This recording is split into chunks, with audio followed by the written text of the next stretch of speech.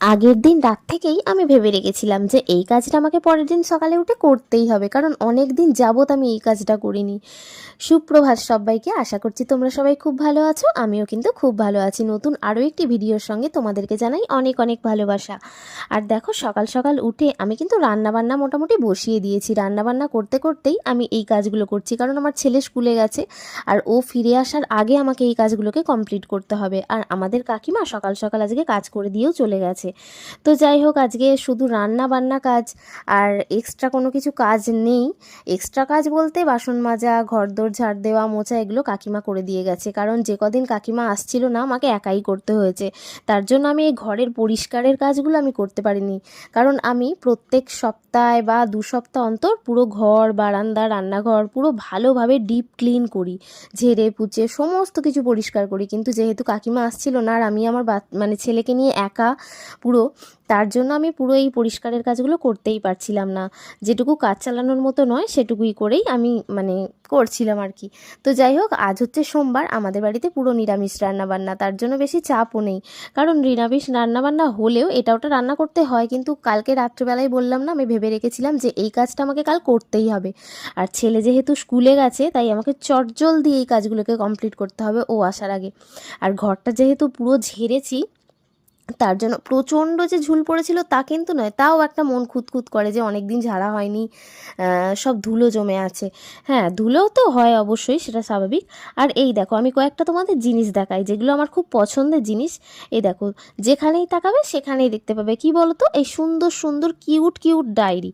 এই দেখো, এইটা হচ্ছে চকলেট, আধ খাওয়া চকলেট। এটা কিন্তু পুরো চকলেটের মতোই একটা স্মেল ওটা খুললে। আর এই যে এই ছোট্টটা একটা দেখতে পাচ্ছ, এটা কিন্তু আমি আমার ভাইয়ের থেকে চুরি করেছি। না না, চুরি করিনি গো, চুরি করতে গিয়ে ধরা পড়েছিলাম, তাই ভাইয়ের থেকে চেয়েই নিয়েছি।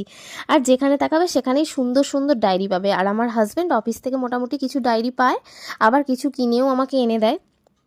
তো যাই হোক, আমার ডায়েরির প্রচণ্ড শখ, মানে সুন্দর সুন্দর ডায়েরি।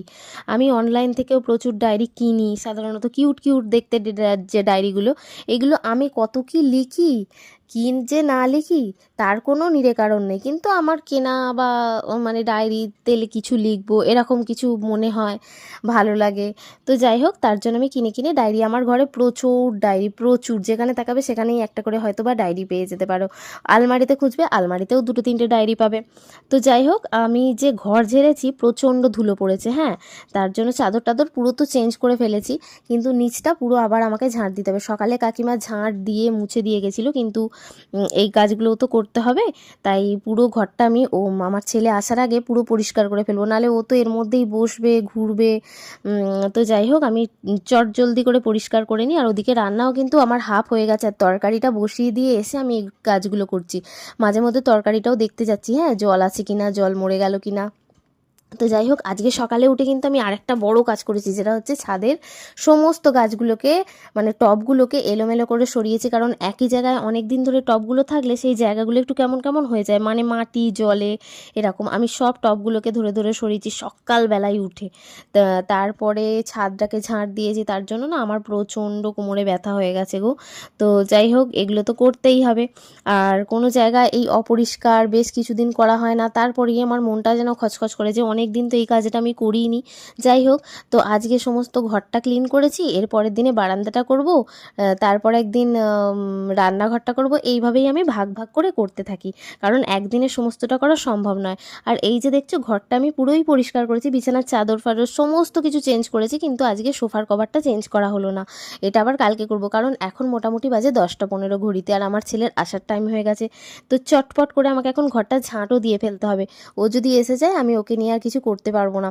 করতে পারবো না বলা ভুল, ও যে আমায় কিছু কাজ করতে দেয় না সেটা নয়, কিন্তু ও এই নোংরাগুলোর মধ্যে তো থাকবে, তার জন্য আমাকে সমস্ত কিছু পরিষ্কার করে ফেলতে হবে। আর বলতে বলতে দেখো, আমার সমস্ত কিছু পরিষ্কারও করা হয়ে গেছে। দেখো তো কত সুন্দর পরিষ্কার হয়েছে। কিন্তু এই যে সোফার কভারটা, এটা এখনও পরিষ্কারই করা হয়নি, ওটা পরের দিনে করব। আর এই দেখো কি কি রান্না হয়েছে। এই যে এটা হয়েছে মুগ ডাল, ভাতের হাঁড়িতেও পুর দেওয়াই আছে। আর এটা হচ্ছে ফুলকপি আলু দিয়ে তরকারি। আজকে কিন্তু সমস্ত কিছু নিরামিষ, কারণ আমি তো নিরামিষ খাই। আর এই যে এটা হচ্ছে বেগুন ভাজা, বেগুন ভাজা শুধুমাত্র আমি একাই খাই, তার জন্য অল্প একটু বেগুন ভেজেছি শুধুমাত্র আমার জন্য। আর আগের দিনে যে চাটনি করেছিলাম রবিবারে। তো সেই চাটনিটা অনেকটা হয়েছিল, আর চাটনি করলে অনেকটাই হবে স্বাভাবিক। তো সেটা ফ্রিজে রাখা ছিল, এই যে বের করে রেখে দিয়েছি।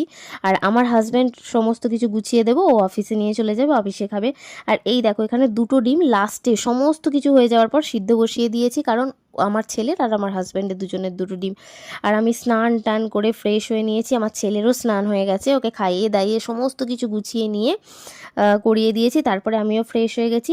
এই ঘর দোর পরিষ্কার করার পরে না নিজেকেও অনেকটা হালকা লাগে, রিলিফ লাগে।